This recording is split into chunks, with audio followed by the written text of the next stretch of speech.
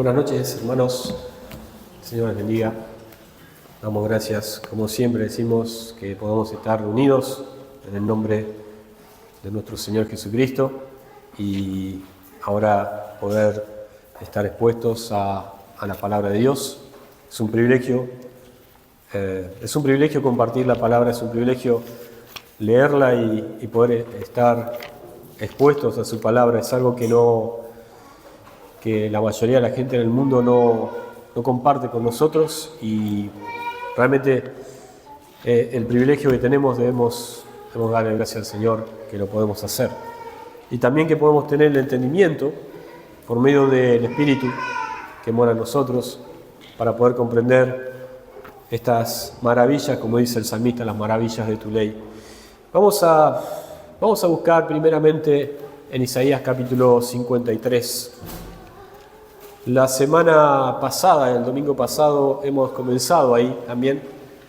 Si bien estamos mirando Mateo capítulo 26 y estamos ya llegando al fin de este capítulo del libro de Mateo, estamos empezando los mensajes en esta última etapa, en esta última parte, con Isaías capítulo 53, especialmente porque este capítulo, ustedes saben, habla acerca del siervo de Dios que es entregado, el siervo de Dios que es el que va a quitar el pecado de los transgresores, aquel que cargó sobre él el pecado de todos nosotros. He leído un comentario acerca de este pasaje del profeta Isaías y vemos que acá en el pasaje, cuando nosotros leemos Isaías capítulo 53, todo está viendo hacia el pasado. Fíjense versículo 3, dice: despreciado y desechado entre los hombres, varón de dolores, experimentado en quebranto, y como que escondimos de él el rostro, fue menospreciado y no lo estimamos. Está hablando en el pasado. Ciertamente llevó él nuestras enfermedades y sufrió nuestros dolores, y nosotros le tuvimos por azotado, por herido de Dios y abatido. Estaba hablando en el pasado. El profeta Isaías estaba hablando y escribiendo esto teniendo a la cruz en el futuro. Pero cuando él escribe esto, él está escribiendo esto pensando en cuando el pueblo de Israel iba a reconocer a Cristo. Cuando el pueblo de Israel iba a reconocer al Mesías, y eso está aún en el futuro. Entonces esta profecía está parada en el futuro, aún hoy en día, para los últimos tiempos, cuando el pueblo de Israel pueda ver el sacrificio que ya había sido hecho, que nosotros también lo estamos viendo en el pasado.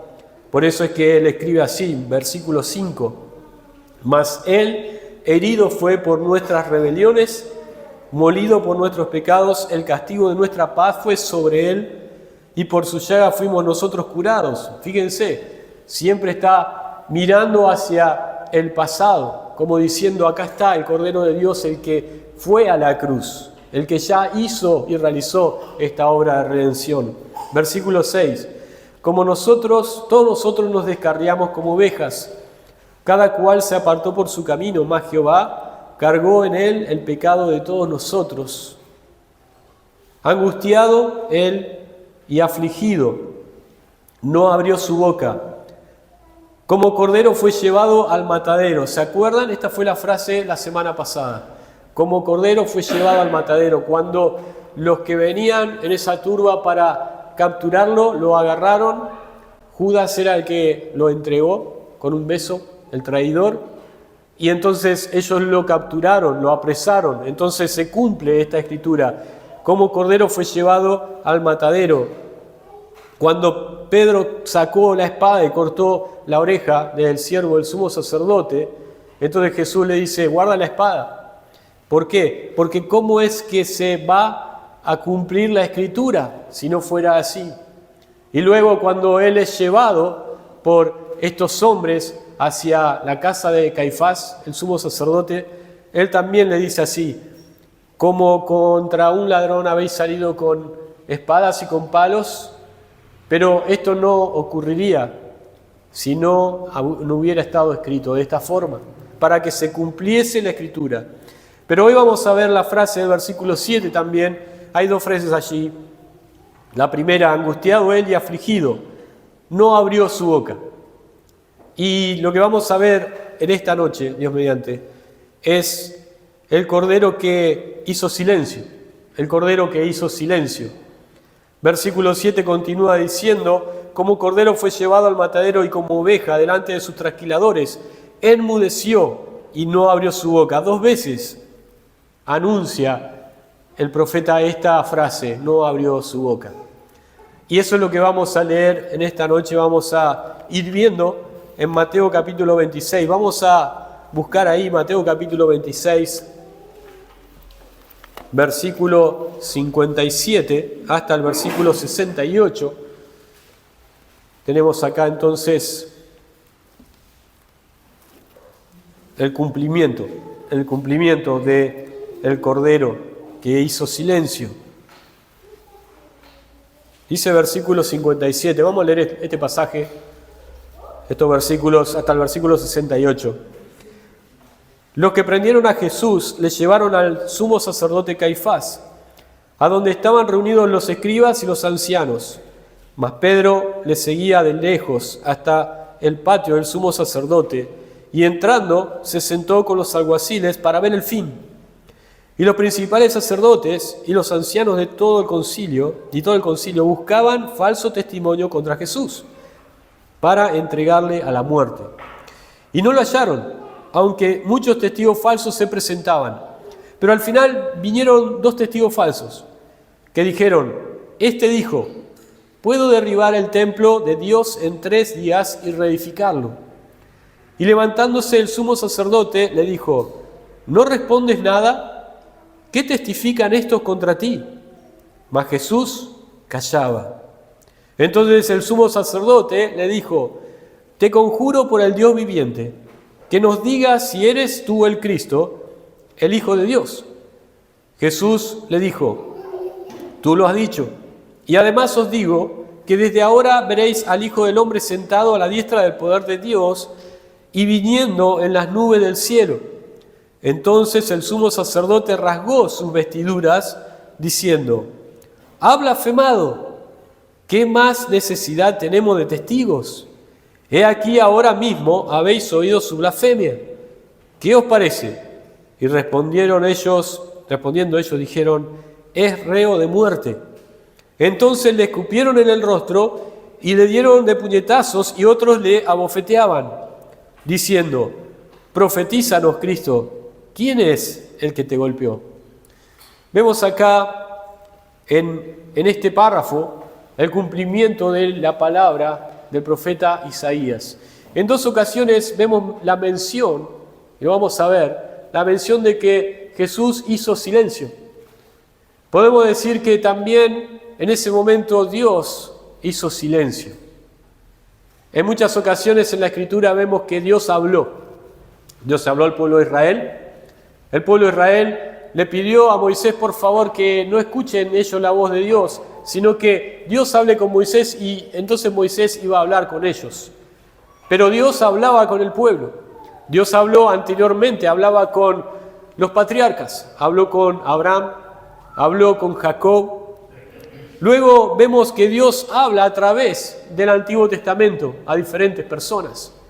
Pero en ocasiones vemos que Dios hace silencio. Y esta era una de esas ocasiones. Dios hizo silencio. Hizo un silencio que en cierto sentido era un poco terrorífico. Era realmente importante ese silencio, porque no era solamente el cumplimiento de la Escritura, pero también tenía otras connotaciones para con la humanidad, ese silencio de Cristo. Ahora, lo que nosotros estamos considerando acá es el primer juicio, algunos dicen el segundo juicio, porque el Señor fue antes que Caifás, fue llevado a la casa de Anás, o mejor dicho, al lugar donde Anás estaba, que probablemente era la casa de Caifás, pero en otro recinto. Y en ese lugar fue interrogado por Anás. Anás era el suegro de Caifás. Anteriormente Anás había sido el sumo sacerdote, pero había sido quitado por los romanos del sacerdocio y se le había dado el sacerdocio a este hombre, también de los saduceos, que era Caifás. Entonces, este probablemente sea el segundo interrogatorio de esa noche que a Jesús le habían hecho. Pero en este lugar vamos a ver y vamos a considerar que el Señor tuvo un juicio injusto, como todos los juicios que Él tuvo que afrontar esa noche y el día siguiente. Cuando nosotros pensamos en un juicio, hoy en día podemos prender el televisor y vemos los juicios que se hacen, vemos que está el juez, vemos que hay un fiscal, vemos que está el acusado, vemos que está la parte que acusa, pero también está el abogado defensor, ¿no? Siempre hay un defensor. Y generalmente siempre los juicios se dan de acuerdo a la legislación, ¿no es cierto? De acuerdo a la ley es el juicio. Uno puede hacer ciertas cosas en el juicio, puede decir ciertas cosas, pero otras cosas no puede hacer ni decir. Y cuando alguien comete algún error en el juicio, tiene que pagar por eso.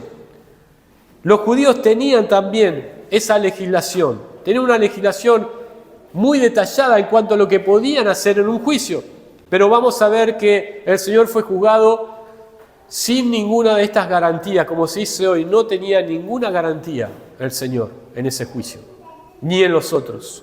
Ahora los judíos, que eran muy respetuosos de sus propias leyes, ellos no titubearon en quebrantar sus propias leyes para llevar a Jesús y condenarlo a la muerte. Lo que vamos a ver es que, aunque Él fue juzgado injustamente y fue inculpado de cosas que Él no había hecho, ni siquiera dicho, Él enmudeció y no abrió su boca. ¿Qué pasa cuando nosotros somos juzgados por algo que no hemos hecho? Que nos culpan de algo que no hemos dicho, que ni siquiera era nuestra intención, y que por ahí nos sacan en cara algo, una actitud que hemos tenido, que realmente no fue así. ¿Qué es lo que tratamos de hacer enseguida? Bueno, yo trataría enseguida de defenderme, ¿no? Si a mí me culpan de algo que yo no hice, tengo que defenderme. Eso es lo natural, es lo más normal. Y eso es lo que muchas veces hacemos, aunque a veces nos defendemos de cosas que no deberíamos defendernos, porque realmente, si somos sinceros, a veces hemos hecho cosas que no están bien. Sin embargo, nuestra naturaleza nos lleva a defendernos. Y es impresionante cómo Jesús, que no hizo ningún mal, que no en su mente, en toda su vida, no hubo ningún pensamiento malo, cuando era juzgado injustamente, Él no respondió ninguna palabra, no se defendió. Él podía haber defendido, podía haber mostrado sus propios testigos acerca de su poder y su deidad, pero no lo hizo. Entonces tenemos acá tres cosas. Lo que vamos a ver son tres asuntos. El primero es el asunto del falso testimonio. El falso testimonio. Versículo 57 hasta el versículo 61. Lo que vemos es que los judíos ese grupo que había llevado a Jesús, que había capturado a Jesús, que eran parte judíos y en parte eran romanos, los habían llevado a la casa de Caifás, y que dice versículo 57, estaban reunidos los escribas y los ancianos. También estaba reunido ahí Caifás, ¿no es cierto?, porque era el dueño de casa. Caifás representaba a los saduceos. Los escribas representaban a los fariseos. Generalmente los escribas eran fariseos. De ahí salía ese grupo de eruditos. Y también dice que estaban los ancianos. Estos eran los gobernantes más importantes del pueblo, las personas más influyentes. Todos ellos formaban lo que se llamaba el concilio o el Sanedrín.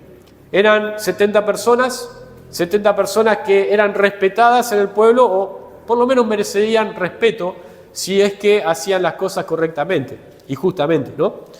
Entonces estaba todo el gobierno, tanto el gobierno secular, que era el gobierno de la nación, como el gobierno religioso ahí. Y ellos estaban reunidos. Yo, cuando leo estas palabras, pienso en que ellos estaban sentados esperando que entre la víctima allí. Ellos estaban tan confiados de que esta era el momento, como dijo el Señor, esta es la hora de las tinieblas. Y entonces ellos estaban tan confiados y dijeron, estamos esperando que se pueda hacer nuestra voluntad de poder eliminar por completo a Jesús. Tanto le odiaban que ellos esa noche no durmieron. Esa noche dijeron, vamos a esforzarnos y quedarnos despiertos para juzgar a Cristo. Para juzgar, no, ellos no dijeron a Cristo, para juzgar a Jesús de Nazaret. Ahora, vemos algunas irregularidades en este juicio. Lo primero es, como dijimos ahí, que estaban buscando testigos falsos. Fíjense en versículo 59. Los principales sacerdotes y los ancianos de todo el concilio buscaban falso testimonio contra Jesús para entregarle a la muerte. Imagínense, esta era la casa donde se debía impartir justicia. Cuando había un juicio importante en Israel, venían a Jerusalén y entraban a ese lugar donde estaba todo el concilio, la Corte Suprema, y se juzgaba ahí a la persona, ¿no?, por algún asunto importante. Este era el lugar que impartía justicia, pero ahora se había transformado en el lugar que iba a impartir la peor de las injusticias. Y no era algo casual, porque ellos ya habían cambiado, ¿se acuerdan que la casa de oración por casa de mercado o por cueva de ladrones, el templo? Ellos ya habían cambiado el lugar de oración por un lugar de negocios para ellos. Entonces, ¿cómo no iban a cambiar ese lugar que era para impartir justicia para ahora hacer un juicio injusto? Otras irregularidades que hubo en ese tiempo, en ese momento, fue que la ley de ellos decía que ellos no podían hacer un juicio de noche. Los juicios deberían ser de día, a la luz del día. Otra ley decía que ellos no podían condenar a nadie a muerte antes que amaneciera. Y ellos lo condenaron a muerte antes de amanecer. Pero mientras tanto ellos estaban intentando encontrar falsos testigos para inculpar a Jesús y llevarlo a la muerte. Y en esto dice que, versículo 60, no lo hallaron, aunque muchos testigos falsos se presentaban. Pero al final vinieron 2 testigos falsos. Dice que no hallaban testigos falsos, no hallaban quién pudiera dar un falso testimonio contra Jesús. Era muy difícil conseguir un falso testigo. ¿Saben por qué? Porque la ley que Moisés les había dado tenía ciertas reglamentaciones con respecto al juicio. Lo primero era que cuando una persona iba a juicio, no podía decir falso testimonio. Estaba prohibido. Hoy en día también pasa eso. Hoy en día hay un artículo del Código Penal, los que saben de justicia saben esto, que culpa a aquel que da falso testimonio en un juicio. Y eso es considerado como una falta grave, como un delito grave hoy en día. O sea que los judíos tenían una legislación muy parecida a la que hay hoy en día en prácticamente todo el mundo. Y entonces ellos, antes de poder coordinar con los sacerdotes y con todos los ancianos para decir, este hizo tal cosa, ellos tenían que pensar una cosa: la ley dice que no podemos mentir bajo juramento, no podemos dar falso testimonio. Y entonces ellos, cada uno de los testigos que estaban apareciendo, se planteaban a sí mismos, ¿estamos dispuestos a quebrantar la ley? ¿Quién va a ser nuestra garantía si nos descubren? Entonces por eso es que a ellos se les complicó conseguir un testigo o algunos testigos falsos. Pero también se les complicó porque venían estos testigos falsos, algunos accedieron a mentir y dice que no coincidían en el relato que cada uno de ellos decía. Hoy en día vemos eso en los juicios, ¿no? Cuando se le toma declaración a un testigo y después otro testigo, entonces esos testimonios tienen que coincidir, porque ¿qué pasa si no coinciden? Uno de los dos está mintiendo y está en serios problemas. Entonces, cuando alguno de ellos accedieron a mentir, quizás hasta sobornados, ni siquiera así podían coordinar qué era lo que Jesús había hecho para ir a la muerte.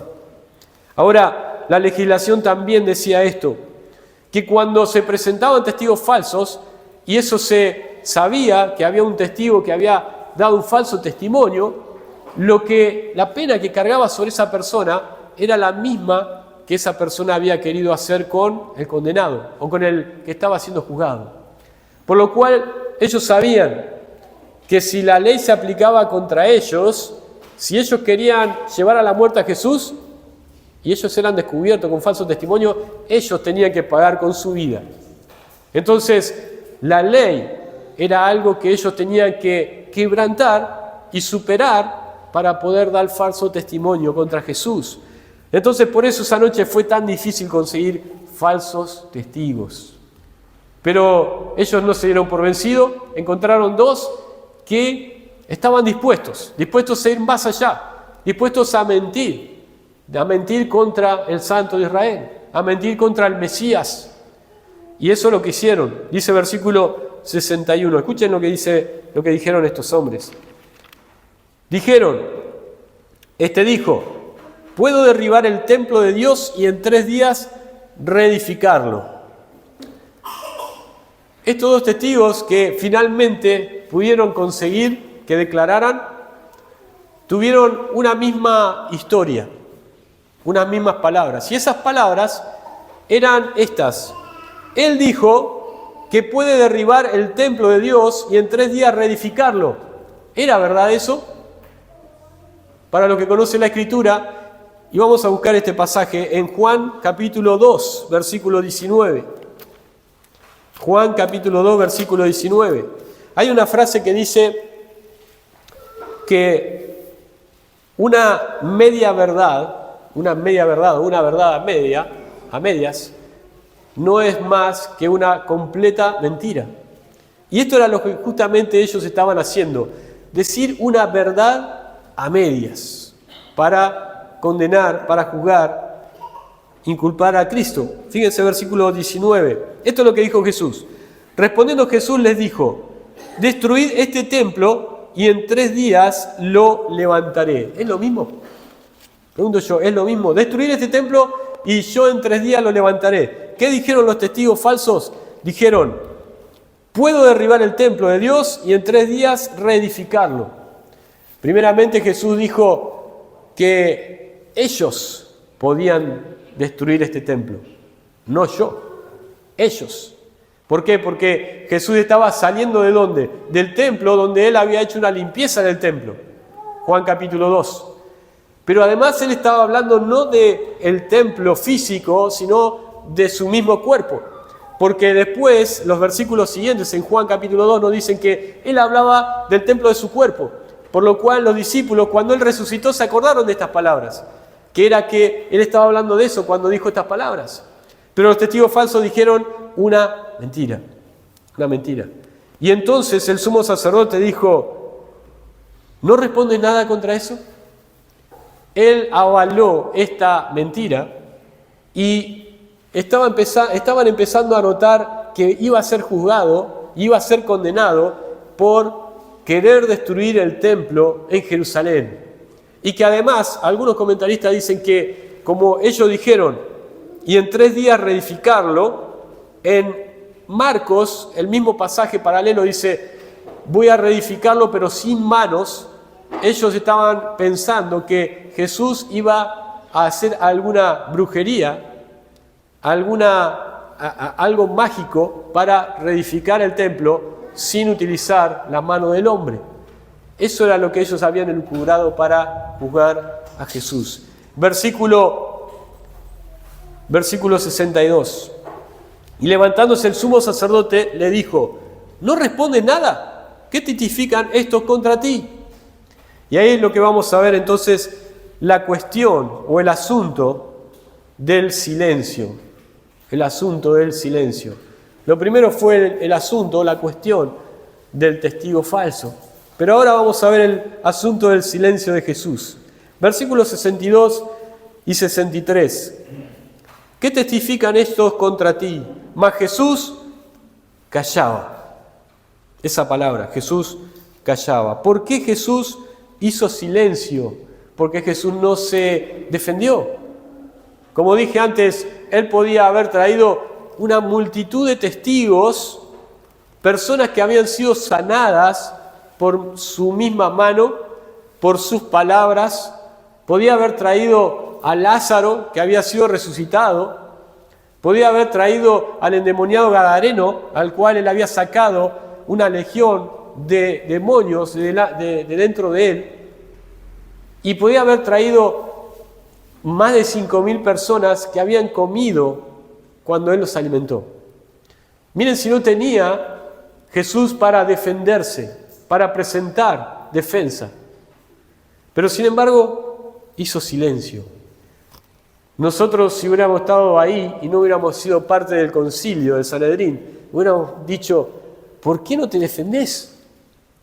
¿Por qué no decís nada en tu defensa? Salvate a vos mismo. ¿Cómo estás ahí callado de todas las cosas que están diciendo? ¿Cómo no estás replicando si esto están diciendo mentira? Decí algo. Pero no, el Señor calló. En primer lugar, para que se cumplan las Escrituras, lo hemos leído hoy. En 2 ocasiones, el profeta dijo que él había sido llevado, pero que él enmudeció y no abrió su boca. Afligido, no abrió su boca. ¿Por qué? Porque Salmo 138 dice que has engrandecido tu nombre y tu palabra sobre todas las cosas. Cristo estaba engrandeciendo a la palabra de Dios, su misma palabra. Y su palabra debía cumplirse. ¿Por qué? ¿Por qué debía cumplirse su palabra? Lo dijimos la semana pasada. Porque la base de nuestra fe está en la veracidad de la palabra de Dios. Si nosotros notamos que las palabras de Dios no se cumplieron, que Cristo no cumplió todo lo que se decía de Él en el Antiguo Testamento, entonces, ¿dónde está nuestra fe? ¿Cómo vamos a comprobar? ¿Cómo vamos a creer? Pero Cristo, en el plan que Dios había trazado, había dicho que Él iba a hacer silencio cuando Él esté en el juicio. Y eso fue lo que Él hizo. Me imagino que Él, siendo hombre, pudiera haber explotado de ira en ese momento. Pero no lo hizo. ¿Por qué? Porque Él respetaba y cumplía lo que se decía de Él en la palabra de Dios. Sorprendentemente, Jesús guardó silencio y no respondió hasta que fue absolutamente necesario que Él hablara. Y esto es lo que vamos a ver pronto. Porque el sumo sacerdote le conjuró, le dijo: bajo juramento tenés que declarar esto que yo te voy a preguntar. Pero si no, Él guardó silencio. Y lo segundo que vemos, por qué Él calló, por qué Él guardó silencio, es que Él quería continuar con el plan de Dios. El plan de Dios era que Cristo fuera llevado a la cruz. Cristo cargara todos nuestros pecados en la cruz. Cristo pasara por ese juicio y fuera condenado a la crucifixión.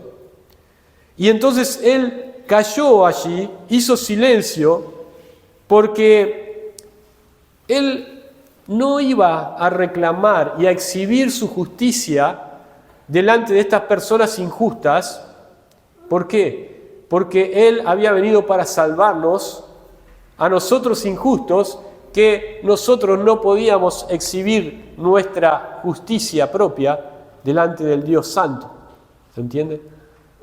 Él no iba a manifestar su justicia delante de los impíos. ¿Por qué? Porque los impíos no podían manifestar su justicia delante de Dios. Y entonces Él tenía que callar para poder continuar con su plan de salvación, con su plan de redención. Espero que podamos entender esto. Él lo hizo por nosotros. Él calló, hizo silencio, no se defendió por nosotros. Y tercero, también porque Él demostró paciencia hacia los que le injuriaban. Por eso calló también, por eso hizo silencio. Fíjense en versículos 67 y 68. Entonces le escupieron en el rostro y le dieron de puñetazos y otros le abofeteaban. 3 cosas hicieron con Jesús después de que ellos le condenaron a muerte. Y lo que hicieron fue, primero, escupirle. Le escupieron en el rostro. Es muy triste leer estos pasajes, realmente. Es muy triste cuando vemos que personas escupen a otras, y personas que escupen a otras en el mismo rostro. Es una señal de humillación. Me acuerdo hace años atrás, y los hombres se deben acordar de esto, cuando un futbolista escupió en el rostro a otro futbolista. Después se agarraron a las trompadas. Pero fue muy feo ver esto, horrible, porque es humillante. Me acuerdo años atrás también, cuando yo venía de la escuela, y me acuerdo estaba por pasar un paso a nivel peatonal, y pasaba el tren, ¿no? Y alguien escupió desde el tren. Eso era algo normal que hacían algunos, ¿no? Para hacerse los graciosos. Cuando veníamos en el colectivo también los que se bajaban, nos escupían. Eso está hablando de la maldad del hombre. Estamos todos locos. Pero ellos no lo hicieron con un hombre solamente. Lo hicieron con Dios hombre. Lo hicieron con el Hijo de Dios. Ellos no sabían que estaba ahí el Hijo Eterno. Un comentarista dijo así que ellos no sabían que ahí ellos estaban escupiendo a Dios. Pero en cierta forma, en otra forma, ellos también estaban cumpliendo con lo que la humanidad toda siente para con Dios. Porque dice la Biblia en dos pasajes en el Nuevo Testamento, en Romanos y también en Efesios, que en Colosenses, que también que los hombres éramos enemigos de Dios. Y probablemente los hombres estaban esperando este momento para hacer lo que hicieron ahora, para escupirle a Dios en la cara, para darle un puñetazo a Dios y para darle cachetadas a Dios. Es tremendo. Criaturas que querían desquitarse con el Creador. Eso es lo que ellos hicieron. Y dice, le escupieron en el rostro y le dieron de puñetazos. Y otros le abofeteaban. ¡Qué paciencia habrá tenido el Señor allí! El Señor es paciente. El Señor es paciente. El Señor es paciente para con todos, dice la Escritura. No queriendo que nadie perezca y que procedan al arrepentimiento. Me pregunto si estas personas en algún momento se habrán arrepentido de lo que hicieron. Pero muchas veces no nos damos cuenta y estamos escupiendo a Dios en el rostro. Muchas veces la humanidad está dándole bofetadas a Cristo y golpeándole con el puño a Cristo. No se dan cuenta y ni se arrepienten. Y ahí estaban. Y le decían, profetízanos. Se burlaban de él. Dice en Marcos que le taparon el rostro después que le escupieron, ¿no? Le taparon el rostro y le decían, a ver, Cristo, si eres el Cristo, profetízanos y vamos a creer en ti. Pero ¿qué dice? Profetízanos, Cristo, ¿quién es el que te golpeó? ¿Y qué respuesta vemos de Jesús? Ninguna. Él hizo silencio. Otra vez, la paciencia que él tuvo para con estos hombres también les llevó a enmudecer y no abrir su boca. Hizo silencio. Y por último lo que vemos es el asunto de las palabras. Hasta ahora hemos visto ya el asunto del falso testimonio, hemos visto el asunto del silencio de Cristo, pero ahora vemos el asunto de las palabras. Las palabras. Saben que ellos no estaban preparados para el silencio de Cristo, pero tampoco estaban preparados para sus palabras. Eso es muy triste y muy preocupante. Porque hay personas que cuando Dios hace silencio, no toman nota de eso. Y cuando Dios habla, tampoco. El Evangelio es predicado a personas vez tras vez. Vez tras vez han escuchado que son pecadores y que deben arrepentirse. Vez tras vez han escuchado que Cristo vino al mundo, que Cristo vivió su vida y tuvo su ministerio, que Cristo hizo muchos milagros y dio testimonio de que era el Hijo de Dios y que fue a la cruz para perdonar sus pecados, que derramó su sangre. Muchas veces han escuchado esto, pero no están preparados para las palabras. tampoco están preparados para el silencio. Para el silencio. Porque a veces Dios calla, como en Salmo 50, que dice: pensabas que de cierto sería yo como tú, porque hiciste todas estas cosas y yo he callado. Cuando los hombres cometen pecado tras pecado y viven su vida como ellos quieren, el pueblo de Israel lo había hecho en el pasado, y el pueblo de Israel pensaba que estaba bien, porque no veían que del cielo caía un granizo, no veía que del cielo caía fuego, o que se abría la tierra para tragarlos, no veía que se estaban muriendo de mortandad. Y entonces ellos dijeron: seguramente estamos bien. Pero Dios les dice: todas estas cosas hiciste, pero yo he callado, hizo silencio. Pero el pueblo no estaba preparado para el silencio de Dios. A veces no entendemos el silencio de Dios. A veces cuando pensamos que Dios está bien con lo que estamos haciendo porque está haciendo silencio, y en realidad está haciendo silencio porque, como estos hombres, nos está teniendo paciencia. Está teniendo paciencia esperando a que nos arrepintamos. Pero las palabras, versículo 63 dice: entonces el sumo sacerdote le dijo: te conjuro por el Dios viviente que nos digas si eres tú el Cristo, el Hijo de Dios. Y Jesús le dijo: tú lo has dicho, y además os digo que desde ahora veréis al Hijo del Hombre sentado a la diestra del poder de Dios y viniendo en las nubes. Como dije, el Señor hizo silencio hasta que fue estrictamente necesario que Él hable. Este recurso que Caifás usó era un recurso jurídico para que él simplemente, Jesús o cualquier acusado, tenga que hablar, tenga que testificar. Cuando el que lo juzgaba decía esto, la persona tenía que sí o sí hablar. Y entonces, en ese momento el Señor sí habló. Pero le dijo algo que ellos anteriormente no habían querido creer. O sea, ellos no estaban preparados para el silencio, tampoco para las palabras que Cristo les iba a decir. Porque cuando en Juan capítulo 10, Él está hablando con los religiosos también, con los líderes, le dice que muchas obras les había mostrado a ellos. Y ellos le decían: bueno, pero dinos abiertamente si eres el Cristo. Y Jesús le dijo: os lo he dicho, pero vosotros no creéis. Con todas las obras que habéis visto, os lo he dicho, está fácil, no hace falta. Es obvio que soy el Hijo de Dios. Os lo he dicho, pero no creéis. ¿Cómo quiere que se lo diga? Y ellos otra vez dijeron, en Lucas capítulo 20, dice que Jesús les dijo: aunque os dijere que soy el Hijo de Dios, no creeréis. Él se anticipó porque él sabía lo que había en su corazón, la dureza que había en su corazón. Y entonces acá Mateo lo que dice es: tú lo has dicho, tú lo has dicho. Él estaba afirmando a la pregunta que Caifás le había hecho. ¿Eres el Hijo de Dios? Sí, soy.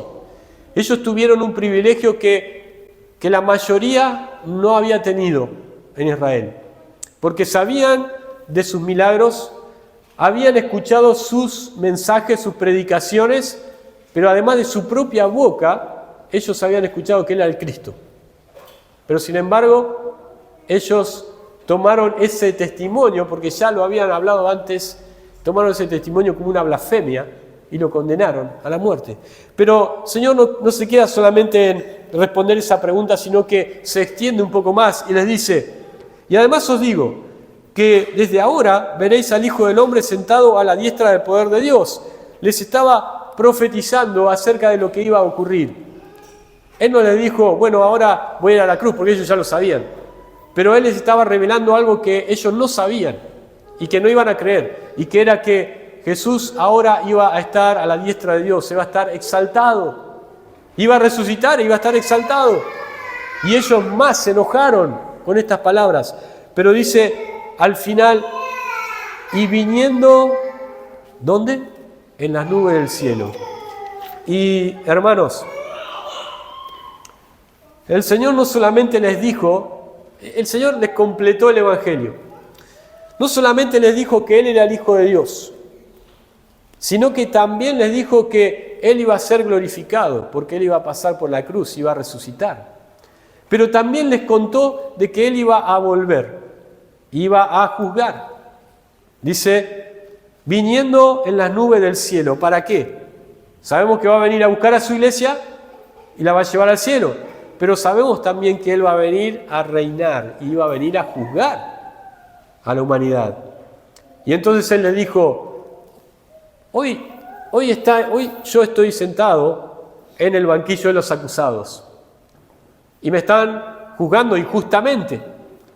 Pero quiero decirles que en un momento, en un tiempo, va a llegar el momento donde yo voy a estar sentado en el trono del juicio y ustedes van a estar siendo los acusados.